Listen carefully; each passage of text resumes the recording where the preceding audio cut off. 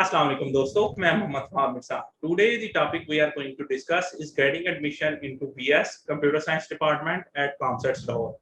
The person we have as a guest is Mohammad Awais Akhtar. Mohammad Awais Akhtar is currently doing BS Computer Science in second semester from ComSets Lahore.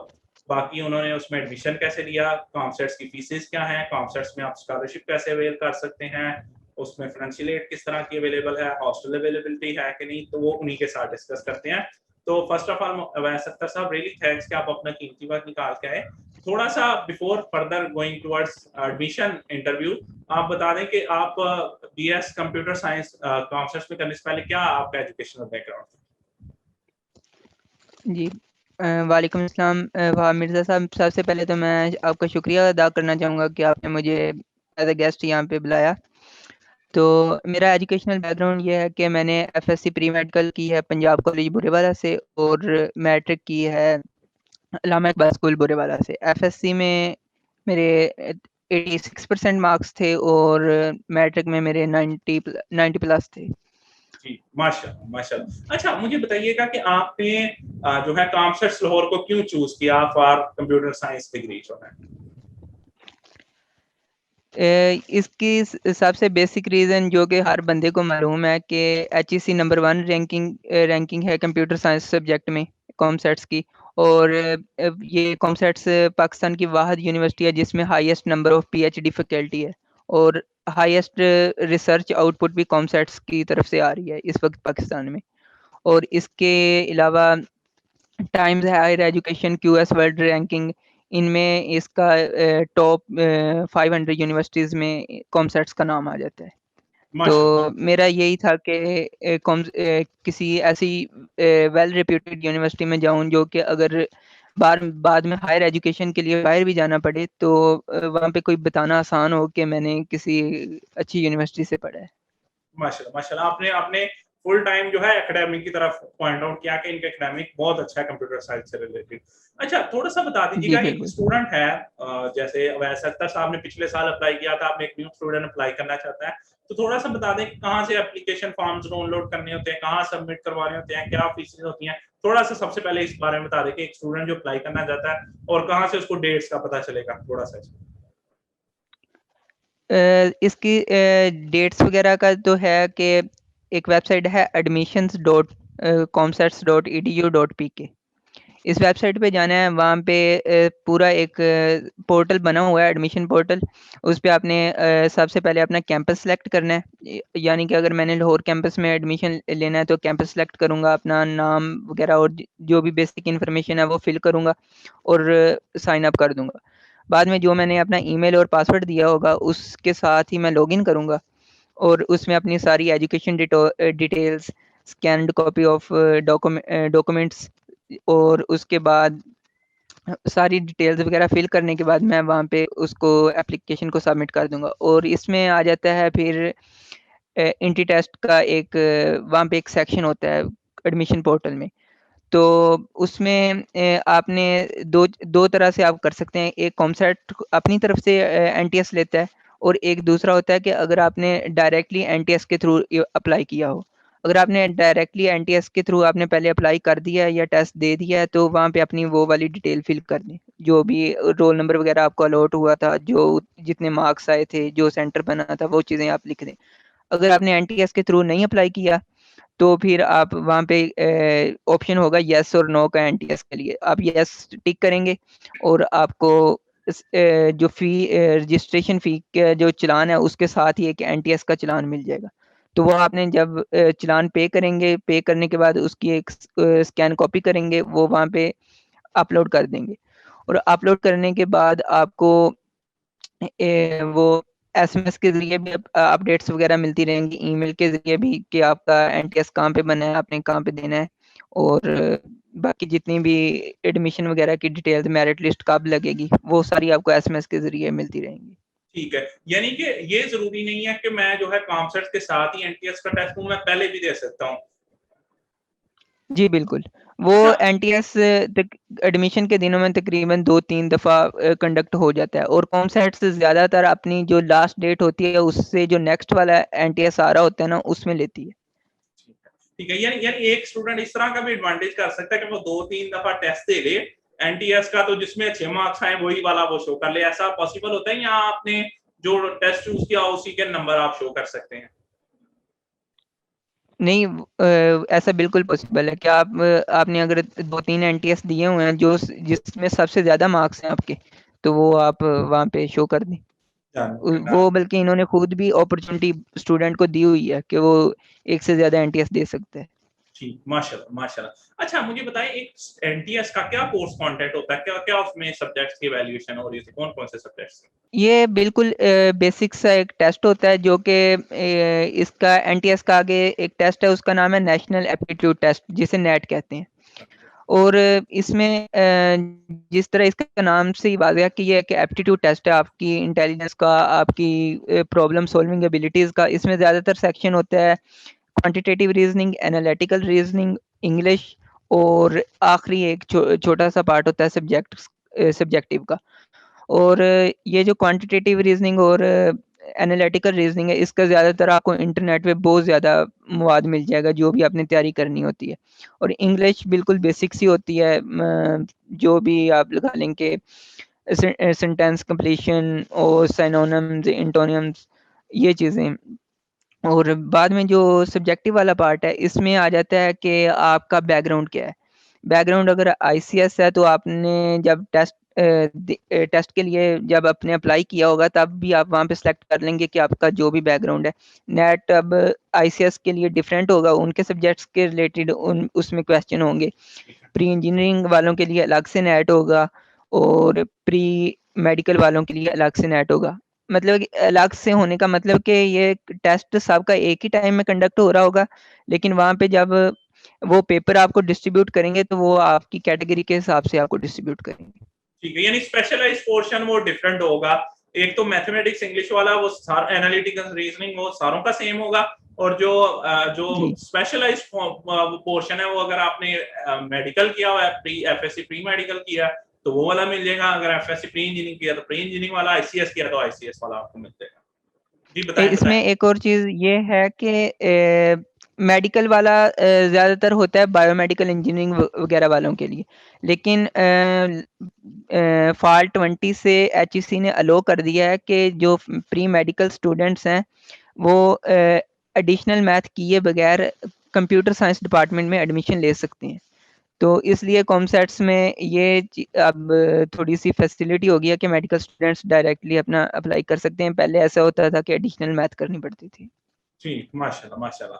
अच्छा ये तो एक opportunity भी हो गई, जो medical से आया वो उनको भी जो है अपॉर्चुनिटी मिल रही है। अच्छा थोड़ा सा मुझे बताइएगा, अभी आपने कहा कि जो है एफएससी का सॉरी जो है स्पेशलाइज्ड पोर्शन होता है, एक एनालिटिकल और मैथमेटिक्स का होता है और इंग्लिश का, तो इसको वन बाय वन जो है वो डिस्कस करते हैं। तो सबसे पहले बताएं कि जो स्पेशलाइज्ड पोर्शन होता है, जो यानी आप जिस एफएससी जिसमें करके आते हैं उससे रिलेटेड होता है, तो उसमें किस तरह के क्वेश्चन आते हैं? एफएससी बेस मतलब जो आपने पढ़ा होता है मतलब केमिस्ट्री मैथमेटिक्स, या किस तरह के, या फिजिक्स, कौन कौन से सब्जेक्ट्स आते हैं और क्या क्या उसमें किस तरह के क्वेश्चन होते हैं, थोड़ा सा ये बता।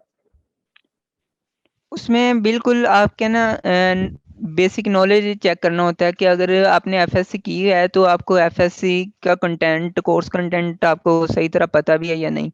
तो उसमें इतनी कोई ज़्यादा टेंशन लेने की ज़रूरत नहीं। अगर आपने एग्ज़ाम में अच्छे मार्क्स स्कोर किए हैं तो एक आध दफ़ा अपने कोर्स कंटेंट को रिवाइज़ कर लें, क्योंकि वो सारा का सारा एफएससी बेस्ड ही होता है।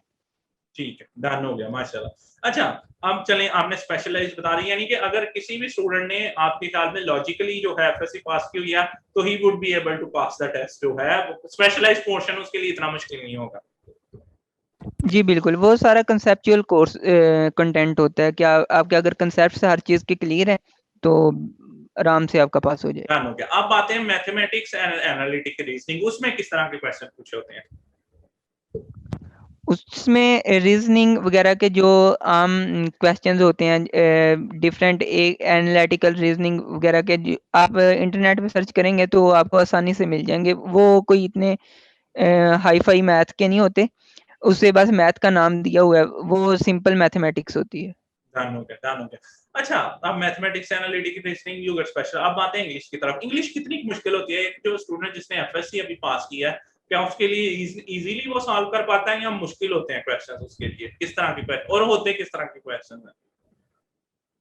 बहुत इजी होते हैं उसमें। एक कोई तो सेंटेंस कंप्लीशन वगैरह के आ जाते हैं, कोई उसमें आ जाते हैं कि ग्रामेटिकल मिस्टेक्स वगैरह के रिलेटेड आ जाते हैं, कोई मिस्टेक्स वगैरह आपने पॉइंट आउट करनी होती हैं, या फिर कोई या मिस्टेक्स पॉइंट आउट करनी होती हैं, या फिर आगे आ जाते हैं साइनोनिम्स के एक आध छोटे दो तीन क्वेश्चंस आ जाते हैं, दो तीन आ जाते हैं एंटोनिम्स के। जी, डन हो गया माशाल्लाह। यानी कि एफएससी अगर आपने सही तरह पास की, इंग्लिश वगैरह मतलब सही तरह पढ़ी थी आपने, तो गुड टू गो है, इतना मुश्किल नहीं होता है उसमें जो है काम। जी बिल्कुल। डन हो गया। अच्छा, चलिए अब क्वेश्चन हमने पास होके नेट का टेस्ट जो है एग्जांपल लेते हैं, किसी ने अच्छे नंबर में पास कर लिया, थोड़ा सा बता दीजिए कि मेरिट बनने में एफएससी, मैट्रिक और जो है नेट के टेस्ट की कितनी कितनी परसेंटेज होती है? इसमें 10% मैट्रिक के आपके पढ़ते हैं, 40% एफएससी के होते हैं और 50% होते हैं नेट के। डन हो गया, डन हो गया। यानी इधर से मुझे ये बात समझ आई कि कोई ऐसा स्टूडेंट हो सकता है जिसने एफएससी और मैट्रिक में इतने अच्छे मार्क्स ना लिए हों, लेकिन वो नेट में अच्छा परफॉर्म करके अल्टीमेटली जो है वो एडमिशन अचीव कर सकता है कॉमर्स में। जी बिल्कुल। डन हो गया माशाल्लाह। अच्छा, अब आपने ये बता दिया, मेरिट का भी बता दिया, थोड़ा सा बता दें, एक दफा मेरिट बनता है, इसके अलावा कोई इंटरव्यू भी होता है, उसकी भी कोई परसेंटेज होती है, या जस्ट जो है इसी बेसिस पे, एग्रीगेट की बेसिस पे आपका मेरिट बन जाता है? 10% मैट्रिक, 40% एफएससी और जो है 50% उसके बेस पे। एंड नहीं, इंटरव्यू कोई नहीं होता यहाँ पे, बस जब आपकी मेरिट लिस्ट लगती है तो आपने सिर्फ डॉक्यूमेंट सबमिट करवाने जाना होता है। तो वो आपको जो भी आपने एप्लीकेशन जब सबमिट की होती है उसके एंड पे सारे डॉक्यूमेंट्स लिखे होते हैं, तो वो ठीक। सारे डॉक्यूमेंट्स आपने उनकी फोटोकॉपीज अटेस्टेड वगैरह लेके तो एडमिशन ऑफिस में सबमिट करनी होती हैं बस। ठीक, माशाल्लाह माशाल्लाह। वैसे वैसा आपने मेरिट के बारे में, एग्रीगेट के बारे में बता दिया कि मैट्रिक में इतने मार्क्स जो हैं वो परसेंटेज कंसीडर होती है 10%, इसी तरह एफएससी में 40% हो रही होती है, और टेस्ट में जो है नेट के वो 50% हो रही होती है। थोड़ा सा बता दीजिएगा कि पिछले साल का मेरिट क्या रहा था जो है कॉमर्स का, कंप्यूटर साइंस का? मैंने फॉल सेमेस्टर में एडमिशन लिया था, तो फॉल सेमेस्टर में ये मेरिट क्लोज हुआ था 84.7 के पे। तो स्प्रिंग में थोड़ा कम होता है, ये 81 या 82 तक पहुंच जाता है। तो ठीक। अगर कोई स्टूडेंट फॉल में एडमिशन सिक्योर नहीं कर सकता, कर सका या कर सकी, तो वो स्प्रिंग में अगर अप्लाई करे तो उसका आसानी से हो जाएगा। माशाल्लाह माशाल्लाह। अच्छा, आपने जो है मेरिट के बारे में बता दिया, आप थोड़ा सा बता दें कि एग्जांपल लेते हैं, कोई मेरिट पे उतर आता है, जैसे आपने 84% किया, उससे बेहतर आ जाते हैं और वो उसका दाखिला हो जाता है, तो अब यूनिवर्सिटी फीसेस क्या हैं जो है, जो पर सेमेस्टर, फर्स्ट सेमेस्टर में क्या है और अगले सेवंथ सेमेस्टर, क्योंकि फर्स्ट सेमेस्टर में ऑब्वियसली आपने एडमिशन फीस वगैरह भी सबमिट करवानी होती है, तो फर्स्ट सेमेस्टर और उसके बाद के सेमेस्टर की जरा बताइएगा। फर्स्ट सेमेस्टर में जो आपने टोटल यूनिवर्सिटी को पे करनी होती है हॉस्टल वगैरह के अलावा, वो 1,16,000 बनती है। और इसके बाद जितने भी ऑनवर्ड सेमेस्टर हैं, सेमेस्टर 8 तक, वो बनती है 94,500 रुपीज़ पर सेमेस्टर। ठीक है, उसके बाद 94,500 बन जाती है।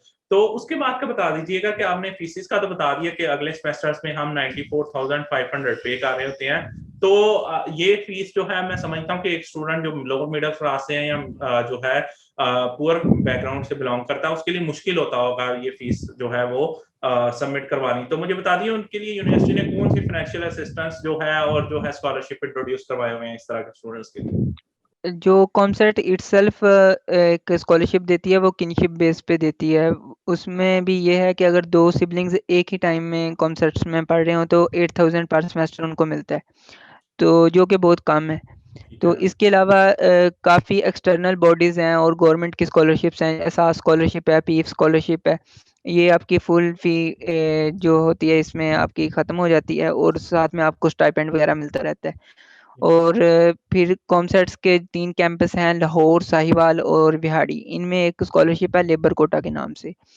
तो वो जो लेबर्स के डॉटर्स या सन्स हैं उनको मिलती है। उसमें आपकी यूनिवर्सिटी की सारी फीस, हॉस्टल की फीस और ट्रांसपोर्ट की फीस सारी ख़त्म हो जाती है। ठीक है तो माशाल्लाह। इसके क्योंकि कॉमसेट्स एक वेल रिप्यूटेड यूनिवर्सिटी है, तो काफ़ी एक्सटर्नल बॉडीज़ जैसे कि एनजीओज़ वगैरह वो आपको काफ़ी फाइनेंशियली सपोर्ट कर देती हैं। अगर आप फाइनेंशियली इतने स्ट्रॉन्ग नहीं हैं आपकी डॉक्यूमेंट्स वगैरह वेरिफिकेशन के बाद, उनमें कई स्कॉलरशिप्स ऐसी होती हैं कि आपको डिग्री कंप्लीट करने के बाद आपने सारा फीस वगैरह वापस करनी होती है एक स्पेसिफिक टाइम पीरियड में, और कुछ में आपको वो फीस वापस नहीं करनी पड़ती।